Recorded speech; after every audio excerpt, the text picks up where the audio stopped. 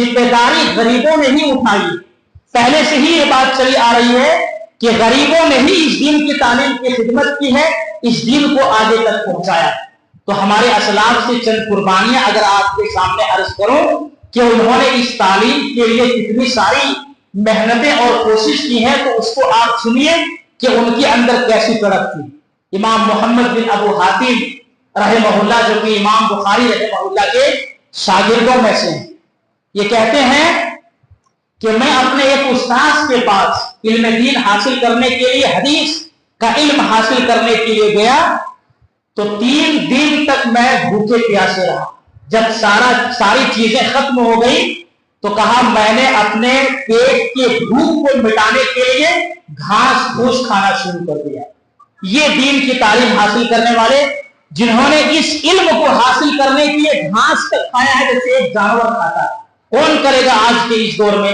آج کل تو مدرسے میں الحمدللہ اچھے خاصے کھانے پینے کی سہولیات ہوتی ہیں, لیکن اس زمانے کا حال یہ تھا کہ گھاس پھوس کھا کر کے ہمارے اسلاف نے اس تعلیم کو آگے ہم تک پہنچایا. اتنا ہی نہیں, علامہ اسحاق بن منصور نیشاپور کے رہنے والے اور امام احمد بن حنبل رحمہ اللہ کے شاگرد ہیں. دیکھیے کہ کیسے علم حاصل کرتے ہیں. آج تو ایک چھت کے نیچے آپ کو حفظ پڑھانے والے استاد مل جائیں گے, حدیث پڑھانے والے استاد مل جائیں گے, تاریخ اور سیرت پڑھانے والے استاد مل جائیں گے, لیکن اس زمانے میں استاذوں کے پاس جا کر کے وہ پڑھتے. استاد گھر پڑھانے کے لیے نہیں آتے تھے, اور نہیں کہیں ایک جگہ چھت کے نیچے بیٹھ کر کے کہ تم بھی آ جاؤ تم بھی آ جاؤ.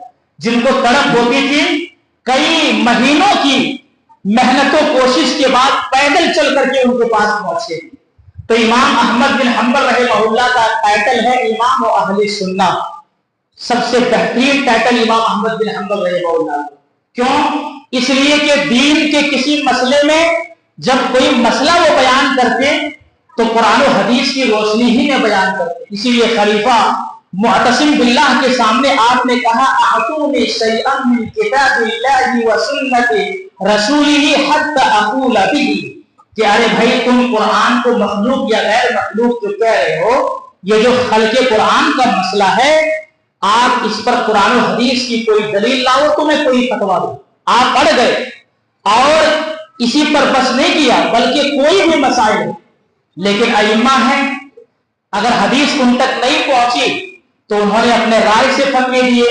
تو علامہ اسحاق بن منصور نیشاپور کے رہنے والے کہاں بغداد میں ایک مہینہ کی مسافت طے کر کے آئے اور بہت دنوں تک آپ کے پاس رہے.